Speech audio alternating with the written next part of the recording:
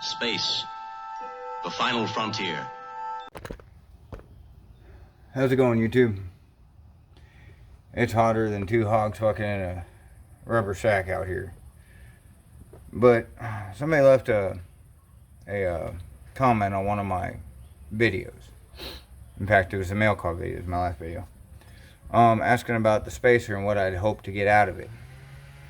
So let's talk about spacers. When you run the carburetor, it's all about plenum volume. Let's get over here where y'all can see me because it sucks. But anyway, and especially when you're using a dual plane intake and spraying nitrous on it. This is important. All these factors are important. Yes, my hair is fucking hammered today.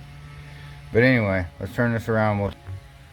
So, okay, you have your one side that goes to every other cylinder, and this side that goes to every other cylinder. That's what a dual plane is. You know, if it's a single plane, it's all one big plenum, and everything drops in there. So, if you run your nitrous, or even just your carb, okay, you have one side of the carburetor controlling half the engine, and one side of the carburetor controlling the other half of the engine. Now then, if you run nitrous on a dual plane intake, you get half spray and half spray. So you run you a spacer on here. Watch, I can't get this on. Oh, look at that, perfect. Okay, now then the nitrous plate will go on top of here. Now then, when it sprays, it'll mix with all the fuel, and whichever cylinder is needing the fuel at the time, it can go to that cylinder. Better fuel distribution with this little extra 1 inch of plenum volume. Now, when I get my nitrous plate on, I'll actually have 2 inches of plenum. Well, yeah, almost 2 inches. I think a nitrous plate is actually 3/4 of an inch to 7/8 of an inch. It's not quite an inch.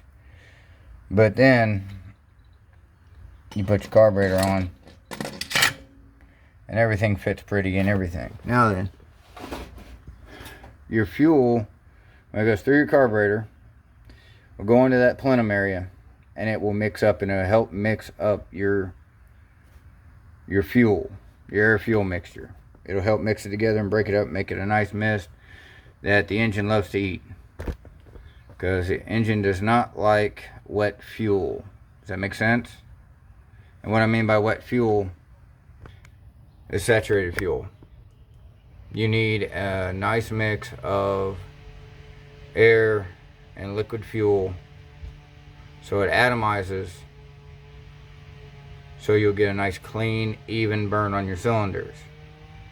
Now when you get puddling and stuff, that's when you get into, you're running too rich and the motor don't like it.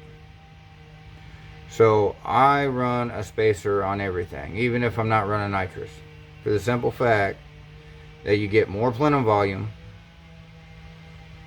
and you get better fuel atomization. Also, every single dyno test I've ever seen, once they put the spacer on it, it picks up anywhere from 3 to 7 horsepower depending on the build. So, I mean, you can research it yourself. Everything that I've seen, every time they put a spacer on it, it picks up horsepower. And that has to do with fuel distribution, plenum volume, and fuel atomization. Better you can atomize your fuel, the better. That's why you get a little better burn out of direct fuel injection, direct torque fuel injection, because it comes out as a mist and the air hits it and it atomizes it almost instantaneously. So that's why you get a little better burn with fuel injection. On anything with some power, unless I'm running a turbo, I'd go carburetor. Unless I'm doing forced injection, carburetor is the way to go for me. They're simple, easy. I can tune them. I know what I'm doing. I know I give up some of the benefits of the fuel injection, but carburetors, to me, they're simple, easy, they'll run.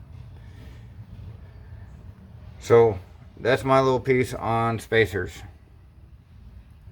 Leave your comment if you have another reason why not to use a spacer. I can't see a reason why, but let me know in the comments. Y'all have a good one, and I'll see you again.